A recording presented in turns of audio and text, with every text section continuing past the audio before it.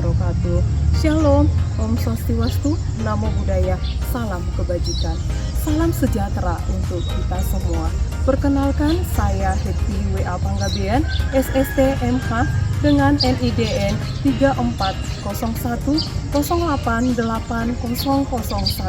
merupakan salah satu dosen di Poltekkes Kemenkes Medan, Prodi D3 Kebidanan Tapanuli Utara. Adapun tujuan daripada pembuatan video ini adalah sebagai syarat sertifikasi dosen tahun 2024 gelombang kedua. Dalam unjuk kerja Tridharma Perguruan Tinggi atau PBD UKT PT di aspek pengajaran, pada video ini saya akan mengajarkan salah satu mata kuliah yang saya ampuh, yaitu Etika dan Hukum Kesehatan. Selanjutnya saya akan menggambarkan secara umum dari mata kuliah Etika dan Hukum Kesehatan. Mata kuliah ini diajarkan pada mahasiswa semester 3 dengan 2 SKS, 1 SKS teori dan 1 SKS praktek. Capaian pembelajaran prodi dari mata kuliah ini adalah setelah menyelesaikan mata kuliah ini, mahasiswa mampu memahami tentang etika profesi dalam praktik kebidanan. Ada 4 hal yang harus diperhatikan dalam pembelajaran mata kuliah ini. Yang pertama adalah sikap, yang kedua pengetahuan, yang ketiga kemampuan umum, dan yang keempat kemampuan khusus. Pada sikap yang diharapkan dari mahasiswa adalah bertakwa kepada Tuhan Yang Maha Esa dan mampu menunjukkan sikap religius, menjunjung tinggi nilai kemanusiaan dalam tugas berdasarkan agama, moral, dan etika, taat hukum dan disiplin dalam kehidupan bermasyarakat dan bernegara, menjalankan praktek kebidanan secara profesional sesuai kewenangan berlandaskan kode etik profesi.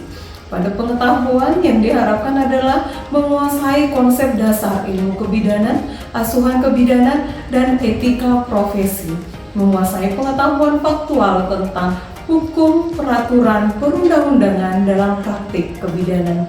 Pada kemampuan umum yang diharapkan adalah mampu menyelesaikan pekerjaan berlingkup luas dan menganalisis data dengan beragam metode yang sesuai, baik yang belum maupun yang sudah baku, mampu menyelesaikan pekerjaan berlingkup luas dan menganalisis data dengan beragam metode yang sesuai, baik yang belum maupun yang sudah baku, mampu memecahkan masalah pekerjaan dengan sifat dan konteks yang sesuai dengan bidang keahlian terapannya, didasarkan pada pemikiran logis, inovatif, dan bertanggung jawab atas hasil kerjanya secara mandiri, mampu bertanggung jawab atas pencapaian hasil kerja kelompok dan melakukan supervisi dan evaluasi terhadap penyelesaian pekerjaan yang ditugaskan kepada pekerja yang berada di bawah tanggung jawabnya.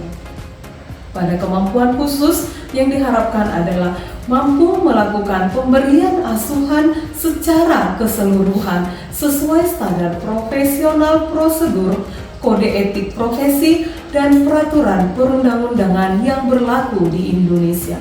Capaian pembelajaran mata kuliah ini ada 14. Yang pertama adalah kode etik dan moral dalam pelayanan kebidanan, kode etik profesi bidan, nilai personal dan nilai luhur dalam pelayanan kebidanan, isu etik dan moral dalam praktek kebidanan, teori-teori yang mendasari pengambilan keputusan dalam menghadapi dilema etik dalam pelayanan kebidanan, aspek legal dalam pelayanan kebidanan untuk mencegah malpraktek, standar dalam pelayanan kebidanan, peran dan fungsi majelis pertimbangan kode etik, aspek hukum dalam praktek kebidanan, kewenangan dan pelimpahan kewenangan dalam praktik kebidanan, hak dan kewajiban penerima pelayanan kesehatan dan tenaga kesehatan, aspek legal dan legislasi dalam praktek kebidanan, masalah yang berkaitan dengan etiko-legal pelayanan kebidanan, dan yang terakhir adalah kasus sengketa medis dalam pelayanan kebidanan. Bentuk dan metode pembelajaran dalam mata kuliah ini adalah tutorial, cooperative learning, small group discussion, project-based learning, contextual instruction, demonstrasi, serta role play. Mata kuliah ini memenuhi syarat terlebih dahulu untuk diikuti oleh mahasiswa, yaitu lulus mata kuliah pada semester 2. Yang menjadi tugas ataupun tagihan dari mahasiswa ini adalah resume, kuis, makalah, lembar checklist, dan lembar wawancara. Yang menjadi dasar penilaian adalah kehadiran 10%, penugasan 15%, praktik 30%, ujian tengah semester 15%, dan ujian akhir semester 30%. Penilaian kelulusan diharapkan dari mahasiswa minimal dengan nilai 75. Baik, pada pertemuan ini saya menggunakan metode pembelajaran cooperative learning dan project based learning dengan topik hak dan kewajiban penerima pelayanan kesehatan dan tenaga kesehatan sebagai teori, dan untuk praktek saya menggunakan demonstrasi maupun role play dalam pertemuan ini. Ohayou gozaimasu. Ohayou gozaimasu, sensei. Asal no ganbarimasu. Asa, subarashi no ganbareros. Semangat pagi. Pagi, luar biasa, tetap semangat, yes. Ya, terima kasih untuk semangatnya di pagi hari ini. Sebelum kita mulai perkuliahan, Ibu akan menjelaskan biosafety dan biosecurity selama perkuliahan kita di pagi hari ini. Yang pertama, jika terjadi gempa, jangan panik, silakan keluar, tapi tidak berdesakan melalui pintu keluar. Kalau sudah di luar, cari tempat yang luas, tidak ada tiang listrik maupun pohon yang tinggi. Kemudian, jika terjadi kebakaran, jangan panik juga, tetapi keluar melalui pintu keluar tanpa harus berdesakan. Silakan ambil apar yang ada di luar, kemudian padamkan api. Mengerti ya semuanya adik-adik kami? Mengerti, Bu. Baik, pada pagi hari ini pertemuan yang akan kita laksanakan adalah sesuai dengan RPS, itu tentang hak dan kewajiban penerima pelayanan kesehatan dan tenaga kesehatan. Sebelumnya materinya sudah Ibu kirim di aplikasi Elmed. Sudah di-download? Sudah, Bu. Iya. Selain nanti Ibu menyampaikan teori, Ibu juga akan mengajak kalian untuk berdiskusi. Ya, berdiskusi sesuai dengan kasus yang sudah Ibu kirimkan di Elmed dan sesuai dengan kelompok yang sudah dibagi oleh SIPEN. Setelah itu nanti kita akan ada yang disebut dengan bermain peran.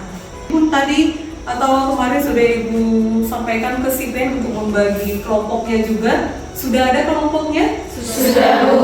Oke, baik. Berarti semuanya sudah lengkap dan kita akan memulai. Tetapi terlebih dahulu silahkan dulu isi absensinya di mana? Elmed. Ibu sudah buka link Elmed, silakan dibuka link Elmed masing-masing.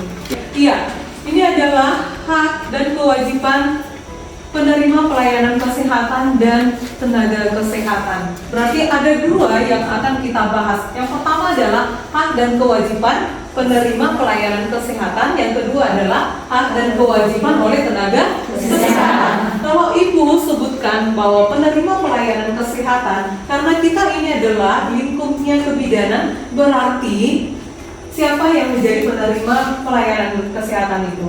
Ada ibu hamil, ibu bersalin, ibu nifas, bayi baru lahir, balita, bahkan sektor KB, yang lain-lain juga masih ada. Kemudian kalau ibu sebutkan tenaga kesehatan di sini apa? Bidan. Adalah bidannya. Jadi tenaga kesehatan yang ibu maksud adalah bidannya. Pasien atau ibu hamil, ibu bersalin, ibu nifas, bayi, balita, sektor KB, mereka punya hak dan kewajiban. Sama juga kita punya hak dan kewajiban. Kalau ditanya apa itu? Siapa yang belum menjawab? Saya, Bu. Ya, silakan. Terima kasih atas kesempatan yang diberikan, Bu. Menurut saya hak itu adalah segala sesuatu yang kita terima. Terima kasih atas jawaban dari Bu Maria. Kalau kewajiban apa? Siapa yang bisa jawab? Iya, silakan. Kewajiban adalah segala sesuatu yang kita lakukan, kita laksanakan dengan tanggung jawab. Iya, terima kasih jawabannya Putri Pakpahan.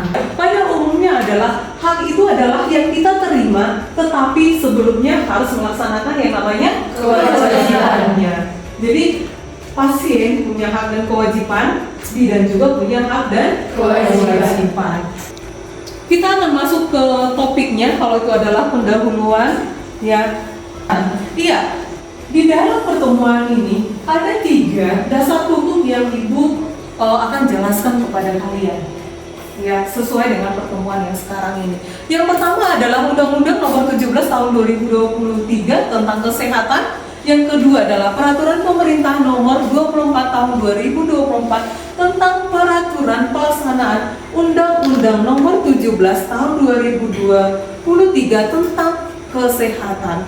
Kemudian Peraturan Menteri Kesehatan Nomor 28 Tahun 2017 tentang izin dan penyelenggaraan praktek bidan. Secara ringkas, walaupun banyak di undang-undang yang menjadi hak pasien, tetapi di dalam pertemuan ini ada 4 yang akan Ibu jelaskan, ya, yang sangat penting kalian ketahui. Yang pertama adalah rahasia pasien, yang kedua informed consent, yang ketiga informed choice, dan yang keempat adalah informed refusal. Kita lihat dulu rahasia pasien. Rahasia pasien itu apa aja? Kalau di dalam fasilitas pelayanan kesehatan atau pasien itu datang ke Fasiankes, dia kita melakukan terapeutik, apa itu yang menjadi rahasia pasien di sini?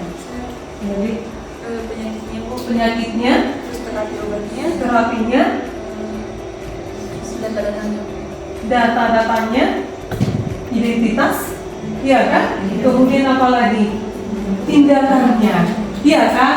Tindakannya, pemeriksaannya, hasil pemeriksaannya. Apakah itu tindakan pemeriksaan fisik maupun pemeriksaan penunjang atau pemeriksaan laboratorium. Ini adalah tentang consent.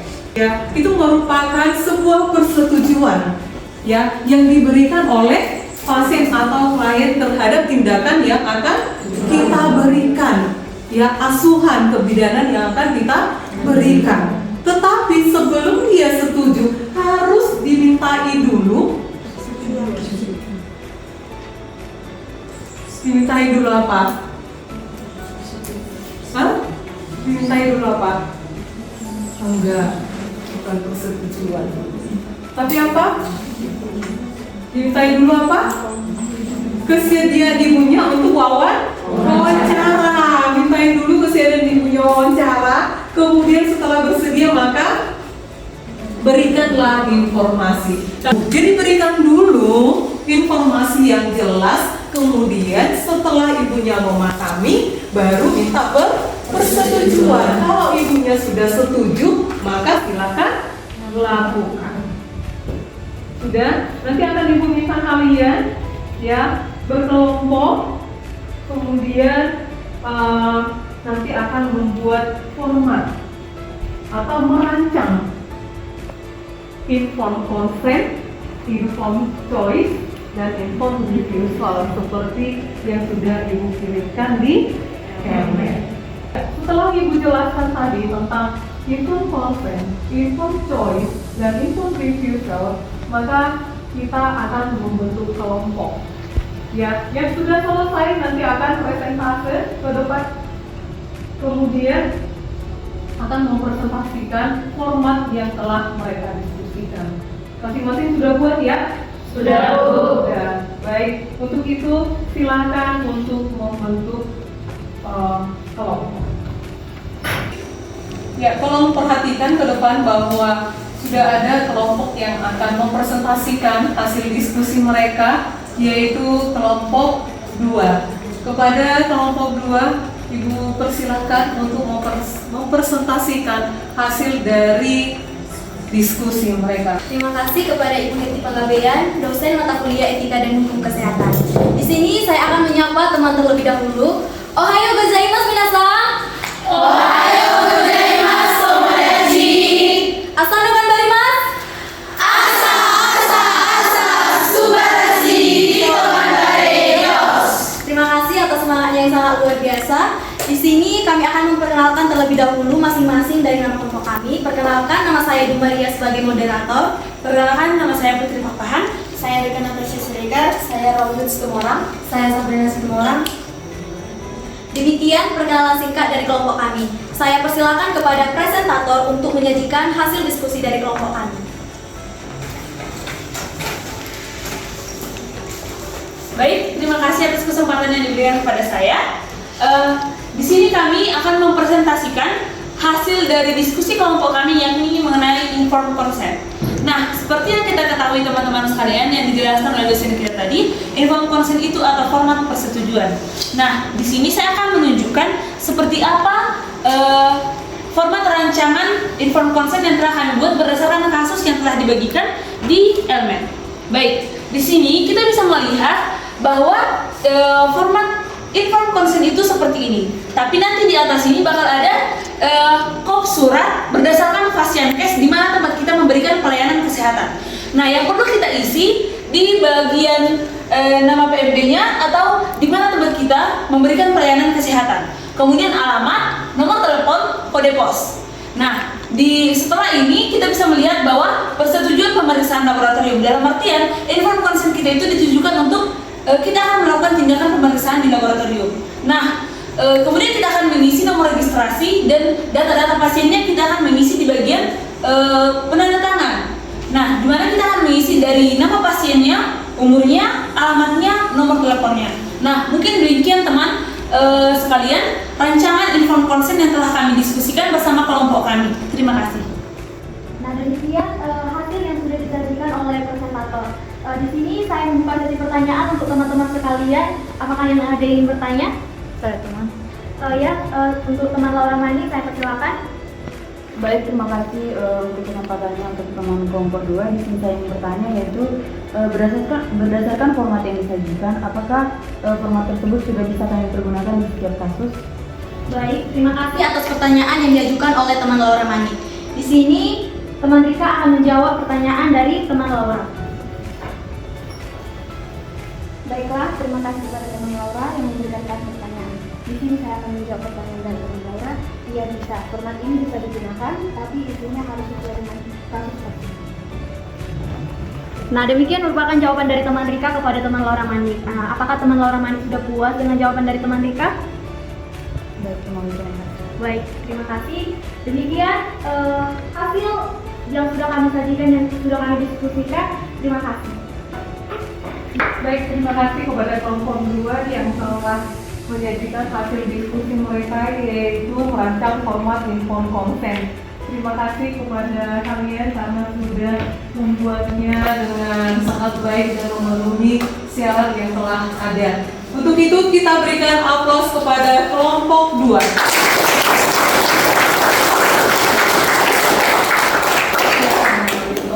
Yang akan dilanjutkan oleh kelompok 4. Sekarang adalah bagaimana cara kita mengisi format yang kita rancang tadi.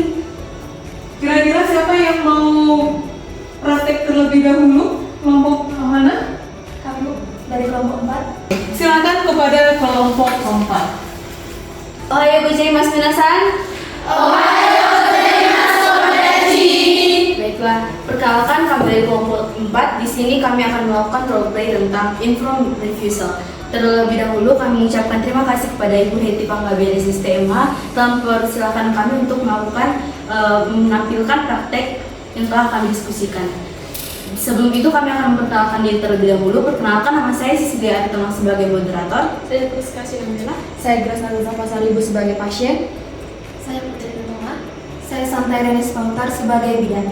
Baiklah, silakan menyaksikan roleplay yang akan kami lakukan. Baik Bu, perkenalkan nama saya Bidan Santai Renes Pangkar. Di sini kita akan melakukan pengisian format atas penolakan ibu dengan keluarga tentang penolakan rujukan rumah sakit. Dan di sini Bu, kasus ibu ialah karena janin ibu dengan letak sungsang. Pertama sekali Bu,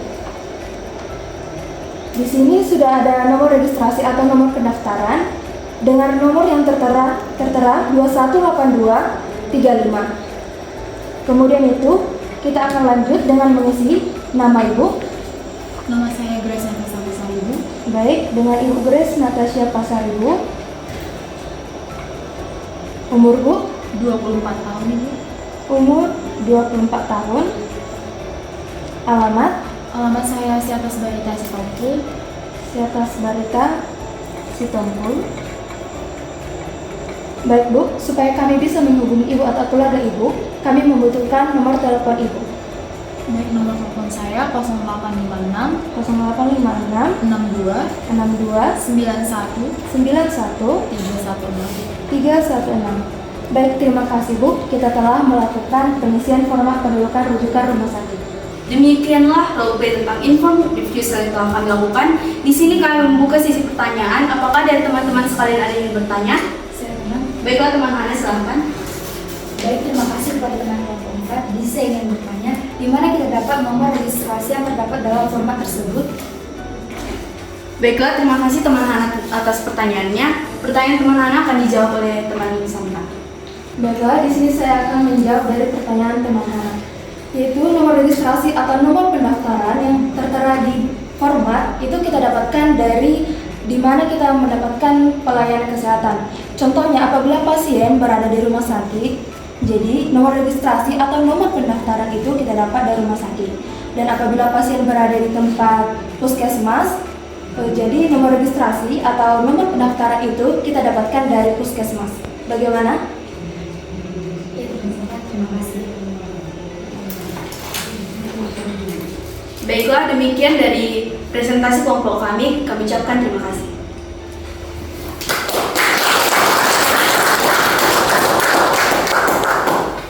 Ya, terima kasih kepada kelompok 4 yang telah mempraktekkan informed refusal, di mana mereka telah mempraktekannya dengan sangat baik sekali. Demikianlah pertemuan kita, yaitu tentang hak dan kewajiban penerima pelayanan kesehatan dan tenaga kesehatan. Semoga apa yang sudah kita pelajari hari ini bisa bermanfaat dan bisa kita implementasikan di fasilitas pelayanan kesehatan. Tetapi sebelum Ibu menutup pertemuan kita ini, ada yang bisa menyimpulkan? Baik, silakan. Hak dan kewajiban pasien serta hak dan kewajiban bidan diatur dalam Undang-Undang Nomor 17 Tahun 2003 tentang Kesehatan. Yang kedua yaitu Peraturan Pemerintah Nomor 24 Tahun 2024 tentang Peraturan Pelaksanaan Undang-Undang Nomor 17 Tahun 2023 tentang Kesehatan. Yang ketiga yaitu Permenkes Nomor 28 Tahun 2017 tentang izin dan penyelenggaraan praktik bidan. Ya, terima kasih kepada Rika yang telah bisa menyimpulkan dari pertemuan kita ini. Terima kasih juga kepada mahasiswa kami seluruhnya yang tetap semangat mengikuti perkuliahan kita. Minggu depan kita akan bertemu kembali dengan topik yang berbeda. Ohayo gozaimasu. Ohayo gozaimasu, sensei. Arigatou gozaimasu. Arigatou gozaimasu, sensei. Demikianlah hasil video PDD UKT PT Aspek Pengajaran Mata Kuliah Etika dan Hukum Kesehatan. Saya Hetty WA Panggabean SSTMH mengucapkan terima kasih. Assalamualaikum warahmatullahi wabarakatuh. Shalom, Om Swastiwastu, Namo Buddhaya, salam kebajikan.